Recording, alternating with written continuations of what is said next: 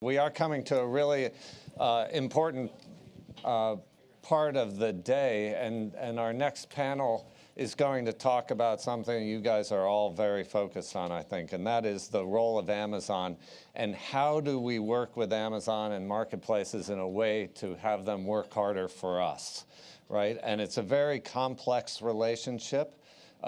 In some ways, it's a barrier to our customer-centric approach we've been discussing today, and in other ways, we can get around it. And it's a powerful distribution and channel and a partnership for many of us. So we're going to dive deep into that right now, and with a panel led by Diana DeGuido, our SVP of Paid Media, and her esteemed colleagues. Welcome.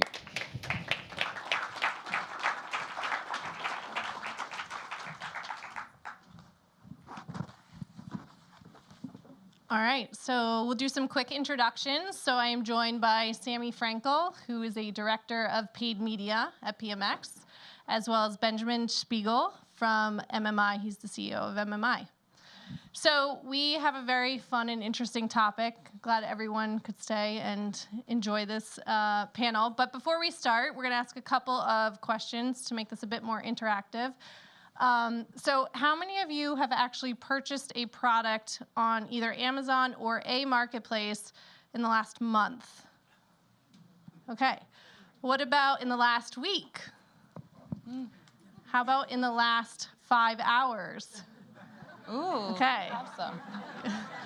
So obviously it's very clear that these are a part of our lives. And in the booklet for the agenda today, you guys saw we're talking about the emergence of marketplaces, but we would like to rename this session as Marketplaces Are Here, What Do We Do About It? So we have some great insights and perspective that we're going to provide today, but it's very clear now that consumers are on Amazon, and we need to understand as brands, what do we do within Amazon as well as all the other marketplaces that make up that landscape. So I'm going to sit with you guys. Sorry.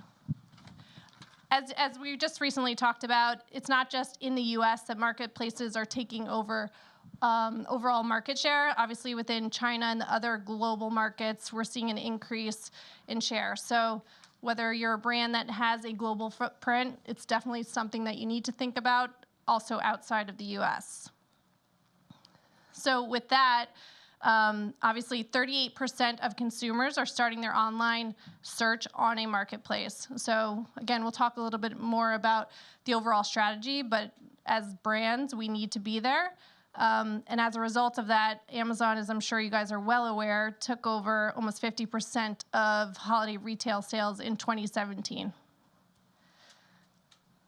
So what are consumers doing on Amazon? So we've done a ton of research and have found that that consumers are using Amazon both as product discovery and research, but also conversions.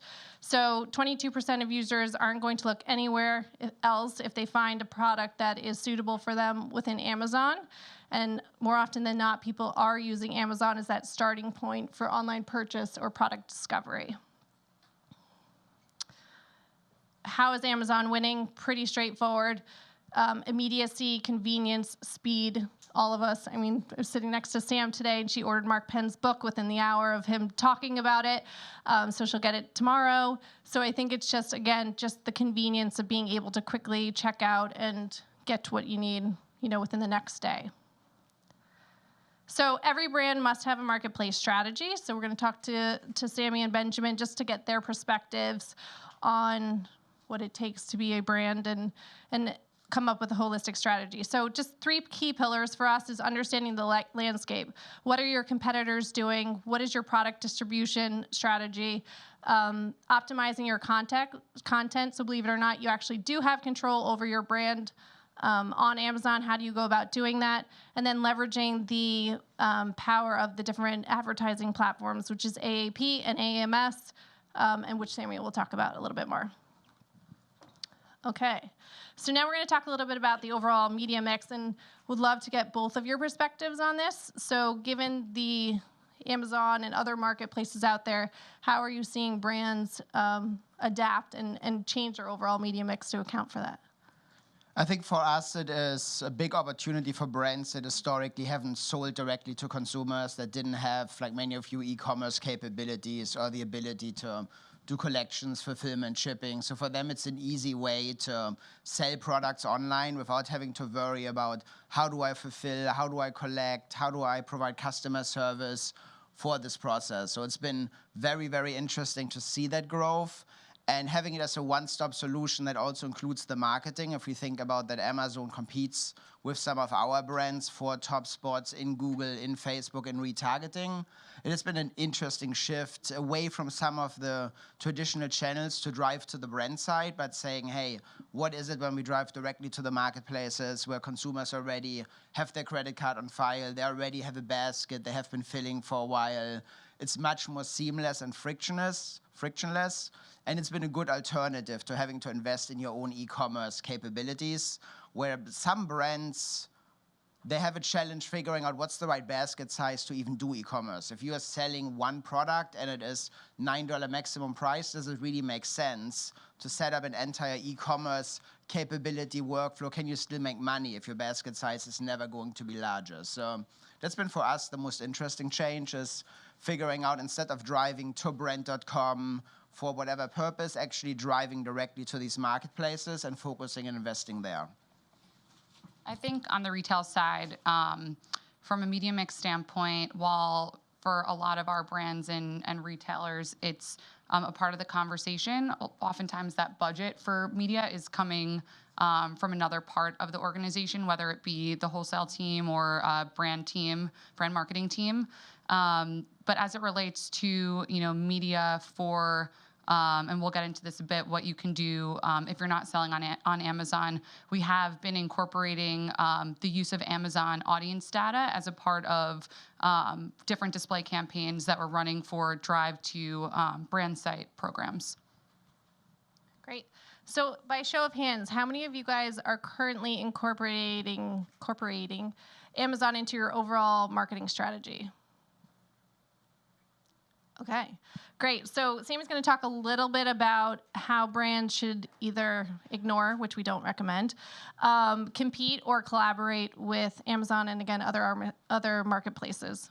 Definitely. So we recommend, having both a competitive and collaborative strategy when it comes to, your approach to Amazon. I think the most important thing for us as marketers to do is take a look at what Amazon is doing really well. How are they winning over consumers? And it really goes back to what Diana was speaking to before about immediacy, convenience. Amazon has completely reshaped consumer expectations. And if you can't compete with what Prime has to offer, how can you as a brand, try to get that sale or whatever that objective might be? So, if you can't offer, free 2-day shipping, how do you leverage other parts of what make your brand unique in order to provide utility, whether it's, more experiences in physical stores or the use of brand content, which Amazon has been, toying with and continuing to, test with over the past, few years. But how do you leverage that to provide utility outside of that purely transactional experience that's happening on the Amazon platform? You're good. I'd say on the product side, though, we have found that a lot of brands are both competing and collaborating with Amazon there. So kind of reserving more of that, seasonal, new arrivals, top selling, limited edition product for their own brand sites, brand stores, retailers, and then having a differentiated product strategy when it comes to Amazon and really pushing that, core replenishable, more mass market product there. I think talking more from a kind of brand perspective, it has been really helpful from a strategic planning perspective. Historically, we know that a lot of our brands competed with their retailers, which are their biggest channels inside Google, Facebook, and other platforms. And I think having the opportunity for the brands to buy directly in Amazon versus trying to fight each other in Google, which has always been an interesting challenge on, you compete with Walmart for the Google search term, you end up winning, and then you send them to Walmart to buy the product.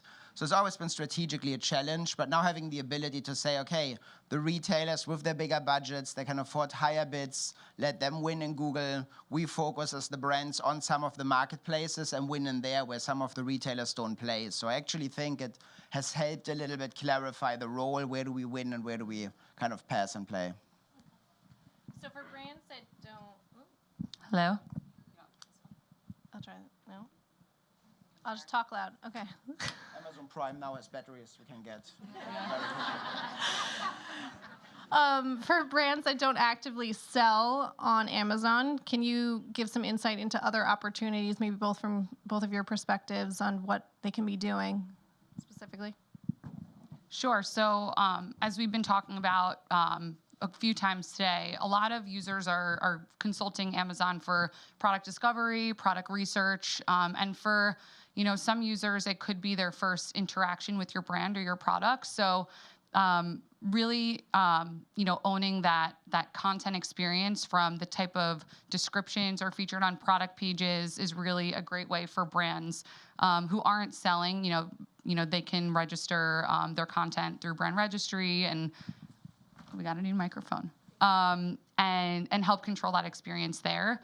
Outside of that, again, Amazon, they have, browsing and purchase behavior for over 200 million users, and they rarely share that data specifically with their external partners. So they do offer us the ability to target that audience through programmatic display if purchased through their AAP platform, which we've been doing for a lot of our brands on the retail side. So leveraging Amazon in-market data, persona data, all types of insights that they have in order for us to prospect and drive to our client sites who don't sell on Amazon today for, the purpose of inspiring those users to complete a purchase or make a donation or fill out a lead form, whatever that might be. It's a great way for us to leverage that data to help, bolster our brand's own, objectives. I think outside of being purely a retail channel, I think there is always something you can do with Amazon. Amazon does a lot of programs that are not publicized or widely promoted. I mean, they still make a Fire Phone every year. I don't know for whom, but they do. But so I think even thinking about the way Amazon is acting sometimes like a startup and investing in new technologies, new ideas without worrying too much about profit. Like, what can we do from a partnership perspective? What can you do something with Amazon? They have things like Amazon Moms, Amazon Students. They have Launchpad, which is for basically startup brands. So figuring out, is there something you can do with Amazon as an ecosystem versus just the e-commerce side? And we've seen some interesting collaborations coming out of that. And I don't know, I've seen everything from cars to used clothing on Amazon. So as we look outside of Amazon and we think of Alibaba and some of the other marketplaces, or even looking at the new business lines Amazon just announced it's getting into, I think figuring out how do we partner with somebody like Amazon to help our brands doesn't always have to be one product, but from an ecosystem perspective, I think there are some opportunities.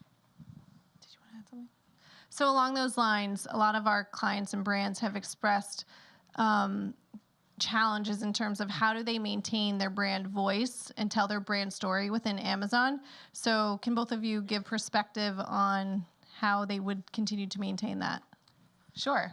So Amazon has been, recognizing that brand content is something that brands have been asking for. The opportunity to express more of themselves outside of, just the bullet points and descriptions on product pages. So something that, brands can leverage are Amazon storefronts where, you can curate product and add additional content, as well as, have A+ content on your detail pages.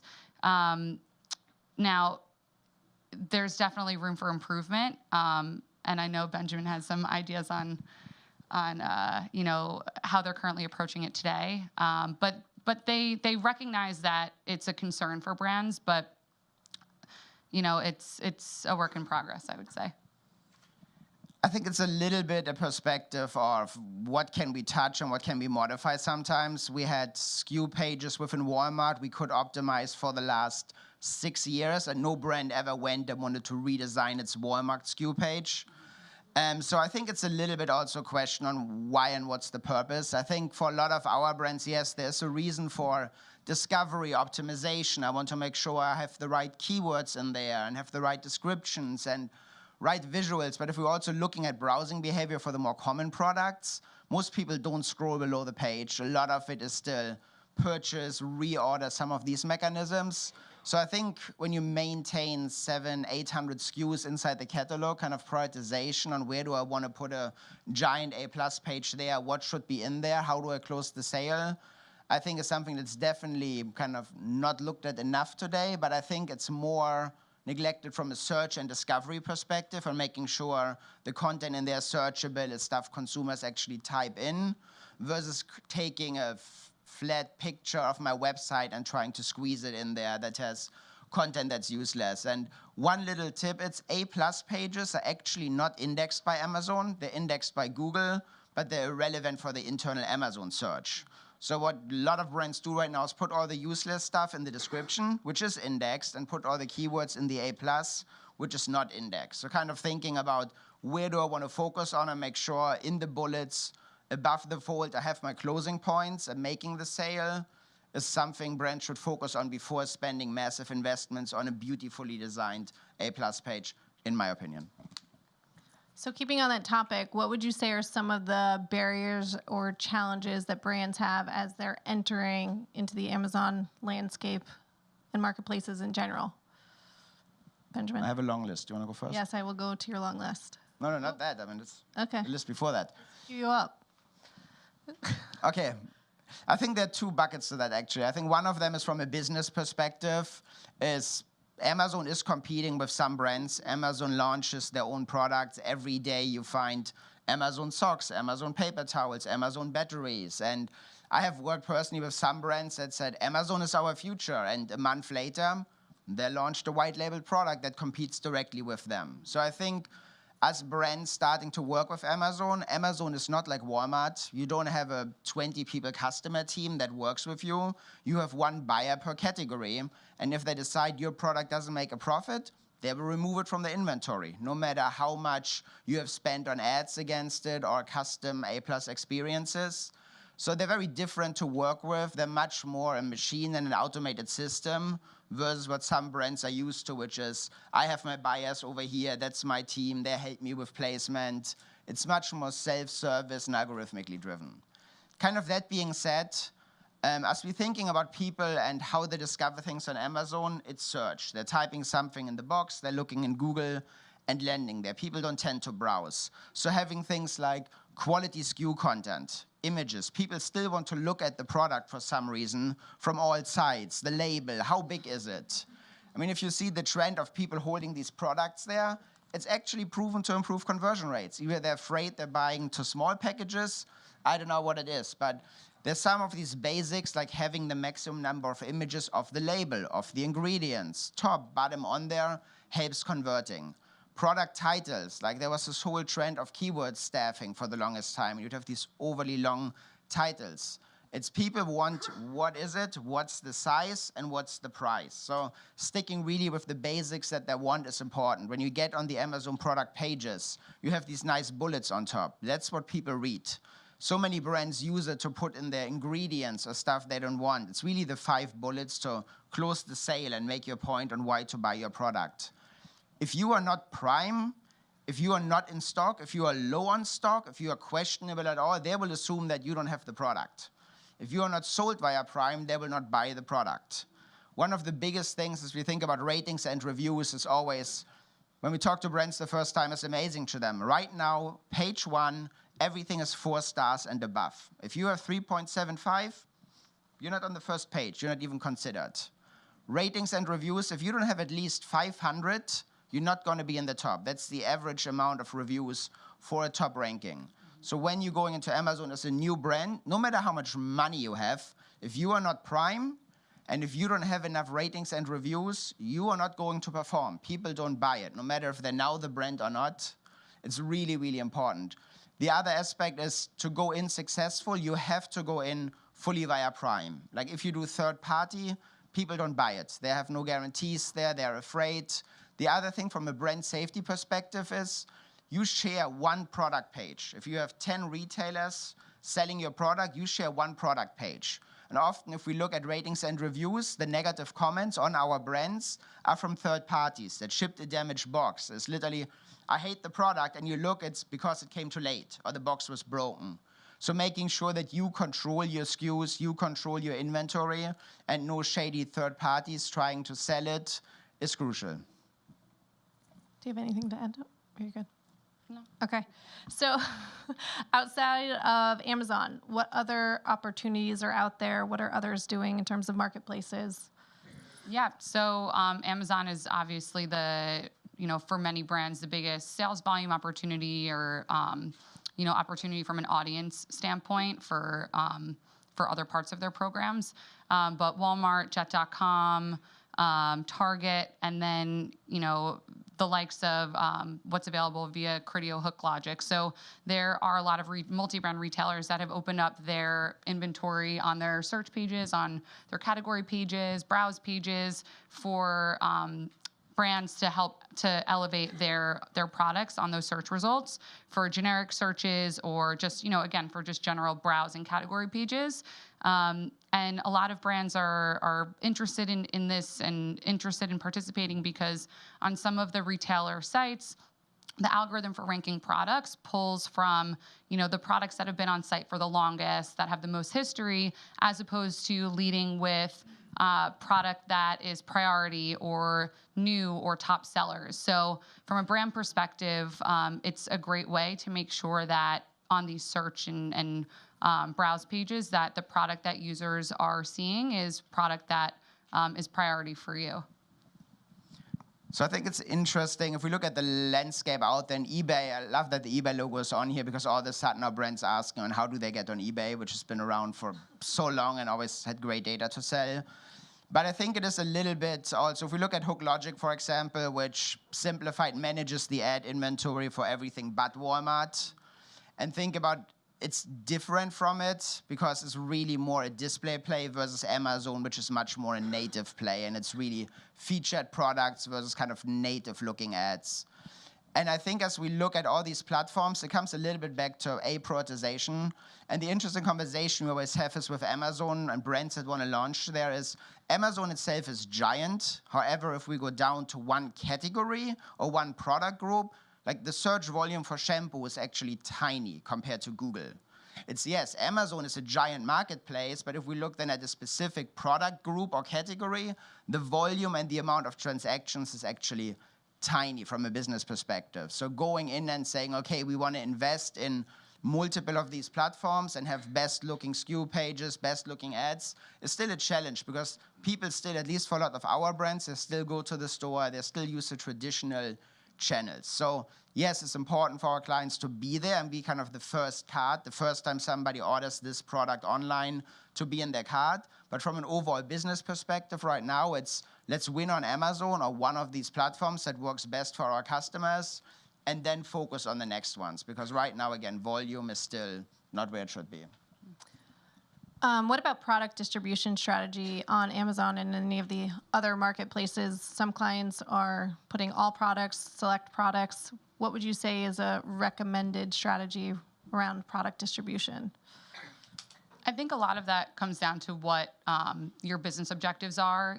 When you're selecting, what type of relationship, if you're going to become an Amazon seller, and you're thinking about what kind of relationship you want to have, whether it's first party where you're selling wholesale to Amazon or third party where Amazon is taking a percent of the sale, really understanding what other implications come with those types of relationships. So as it relates to fulfillment options, branding opportunities, pricing even, depending on that kind of relationship, that could dictate what kind of products you sell. For example, let's say you want to sell, one of your top selling footwear products, but as a brand, it makes more sense for you to sell, first-party wholesale to Amazon, there have been a lot of cases where Amazon, because they control pricing in that situation, have set MAP pricing in a tizzy for retailers. So it's important to align, your product strategy with, again, the type of relationship and fulfillment that you have with the brand.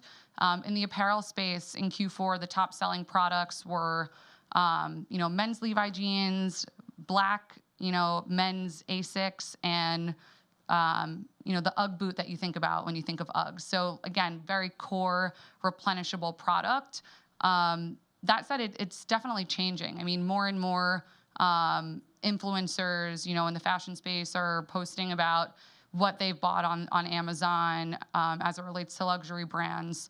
I was just on a trip with some of my friends, and they wore head-to-toe outfits from Amazon, bathing suits, cover-ups, sandals, the whole bit. So it really depends. Consumers there are looking for everything, and more categories are starting to become part of that basket and that browsing behavior.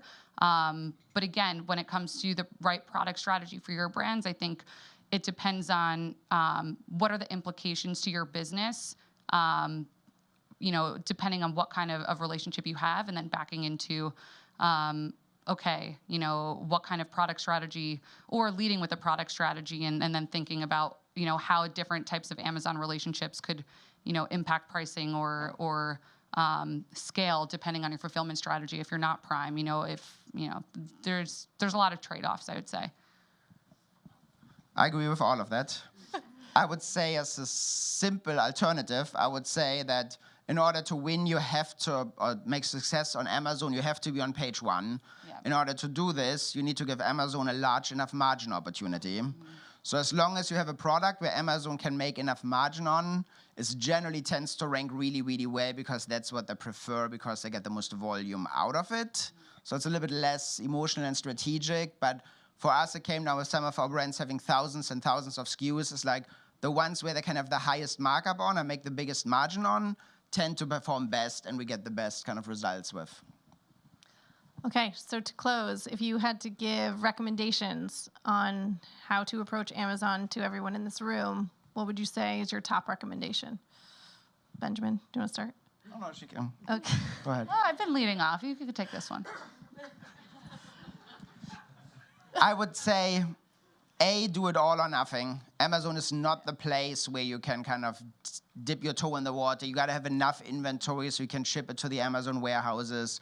You got to have enough inventory available so you have it in all the key distribution centers. So when it is for local delivery, it's actually available. If you can't do Prime, don't do it. I mean, we tried massive billion-dollar brands do non-Prime, and it doesn't work. If they can't get it the next day for free, nobody cares. If you don't have a paid budget to support it, don't even try to get started, because you need enough volume to get ratings and reviews. And to do this, you're going to have to sell it at a really good price. People caught on now that Amazon is not always the cheapest anymore, so they actually compare now. So you got to be able to get a good initial push with social media support and other platforms to get ratings and reviews in there, because otherwise people are not going to buy it.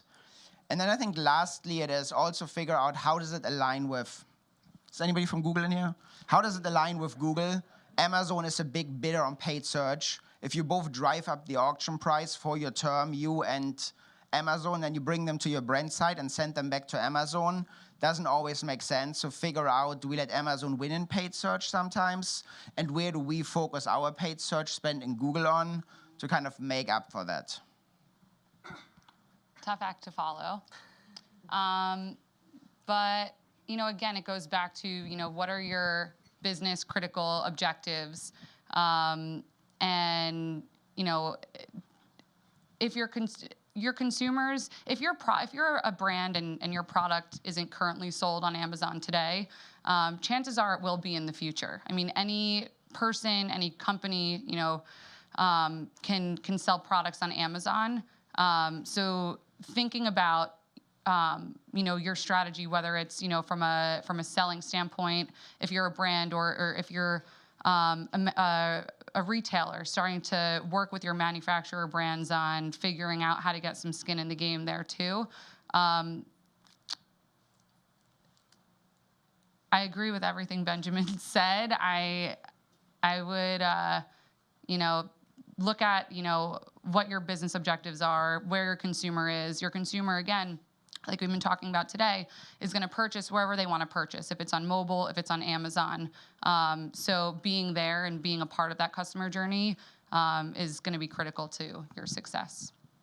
I would add to that for some of you, it might not make sense to be in Amazon right now due to volume, due to priorities.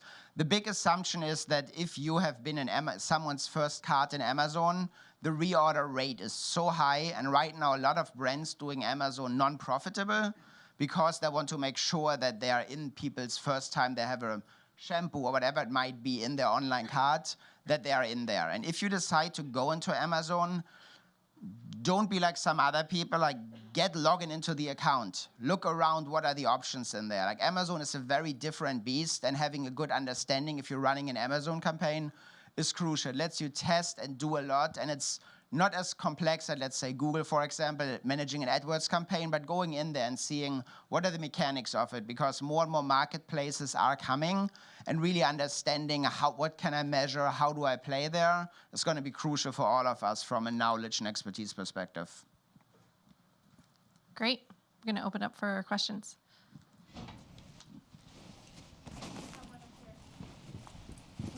Got it. It's a race. So obviously there are a bunch of different ways you can sell in Amazon in terms of third-party, first-party, third-party exclusive. Can you talk to how brands and resellers can really work together to ensure a brand is amplified on Amazon, if they can at all? Sure. More and more brands are, starting to review, contracts that they have in place with their retailers, and starting to include stipulations around selling on Amazon.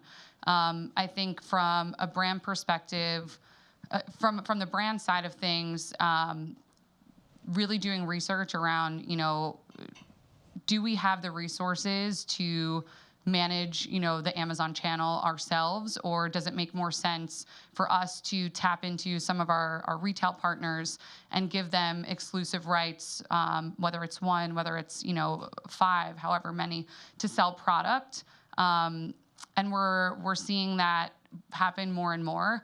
I would say, as a retailer, to secure those types of relationships, it's definitely a give and take, or will you be willing to put up advertising dollars to help support a particular manufacturer or brand on the platform on more of those category or competitive queries? Will you help police the space for new entrants? If a manufacturer brand has been working towards channel cleanup and trying to get some of those gray market sellers out of the mix. So, it depends on, internal resources, and, if, as a brand, you want to have skin in the game to sell directly. And I know you have experience with, the brand selling. I mean, in my experience, I would say and this is, what's a disclaimer, opinion stated on my own and not reflective of anybody else, but marketplaces always come with a certain level of suspicion, and we work a lot in the beauty space, the amount of counterfeit products out there, and sold directly from the marketplace, in that case Amazon, is still what people trust the most. And if I'm looking ahead, I don't think that's going to change for a while. So in my personal opinion, is unless you were selling directly to Amazon and let them manage it, I wouldn't recommend to a lot of brands to do it, because just third-party sellers, it always gets kind of sketchy and weird. And do you really want some reseller holding now your brand identity? And what we always say is, when they go in the store, they still look on Amazon at ratings and reviews. And they don't look if the negative rating is due to shipping delays or packaging or wrong product. They see the 3 stars or the 2 stars and say, that's a bad product. So in our belief, it's either you say, I want all my product off Amazon because I decide not to play, or we as the brand take ownership and work directly with Amazon. Everything else, I think it's a little bit trickier and a little bit, where does the accountability lie when it comes to claims, testing, new products, all of these things. I think Amazon is one of these opportunities and other marketplaces for brands to take some ownership and actually drive some direction there, and I think we should embrace it.